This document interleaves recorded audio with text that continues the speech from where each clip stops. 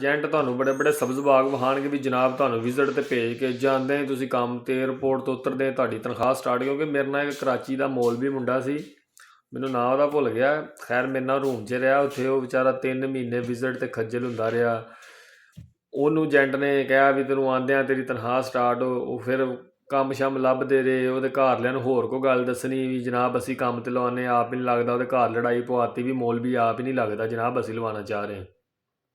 ਜਿਹੜਾ ਬੰਦਾ ਤੁਹਾਨੂੰ ਆਖੇ ਏਜੰਟ ਵੀ ਵਿਜ਼ਿਟ ਤੇ ਭੇਜ ਕੇ ਕੋਈ ਕੰਮ ਤੇ ਲਵਾਉਣਾ, ਜਨਾਬ ਲਿੱਤਰ ਲਾ ਕੇ ਉਹਦੇ ਸਿਰ 'ਚ ਮਾਰਨੇ ਸ਼ੁਰੂ ਕਰ ਦਿਓ। ਚਾਵਲ ਵਾਲਿਆਂ ਦਾ ਲਿੱਤਰ ਕੋਲ ਰੱਖੋ, ਐਵੇਂ ਝੂਠ ਮਾਰਦੇ ਨੇ ਤੁਹਾਨੂੰ ਸਬਜ਼ ਬਾਗ ਵਿਖਾਉਂਦੇ ਨੇ। 1200 ਤੋਂ ਉੱਤੇ ਮਜ਼ਦੂਰ ਦੀ ਤਨਖਾਹ ਕੋਨੀ ਹੈ, 300 ਰੁਪਈਆ ਤੁਹਾਡਾ ਰੋਟੀ ਦਾ ਲੱਗ ਜਾਂਦਾ। ਉਹ ਸਾਰਾ ਖਰਚਾ ਖੁਰਚਾ ਕਰਕੇ ਤੁਹਾਨੂੰ 800-900 ਰੁਪਈਆ ਬਚਦਾ ਅਤੇ ਉਹ ਤੁਸੀਂ ਘਰ ਭੇਜ ਲੈਂਦੇ ਜੇ ਉਹ ਵੀ ਕੰਮ 'ਤੇ ਲੱਗੋ ਤੇ ਜਾਂ ਉੱਥੇ ਜਾ ਕੇ ਵੀ ਤੁਹਾਡੇ ਕੋਲ ਵੀਜ਼ੇ ਦੇ ਪੈਸੇ ਮੰਗਣ ਡੈ ਪੈਂਦੇ। ਇੱਥੋਂ ਵਿਜ਼ਿਟ 'ਤੇ ਵੀ ਲੱਗਦੇ ਨੇ, ਅੱਗੇ ਜਾ ਕੇ ਕਹਿੰਦੇ ਨੇ ਜੀ ਵੀਜ਼ਾ 4-5 ਹਜ਼ਾਰ ਦਿਰਹਮ 'ਚ ਆਉਣਾ ਜਾਂ ਰਿਆਲ 'ਚ ਆਉਣਾ, ਜਿਹੜੇ ਵੀ ਮੁਲਕ ਦਾ ਹੋਵੇ, ਅਤੇ ਆਹ ਕਟੌਤੀ ਕਰ ਲਾਂਗੇ। ਲਿਹਾਜ਼ਾ ਇਹਨਾਂ ਬਚੋ ਚੋਰਾਂ ਡਾਕੂਆਂ ਤੋਂ।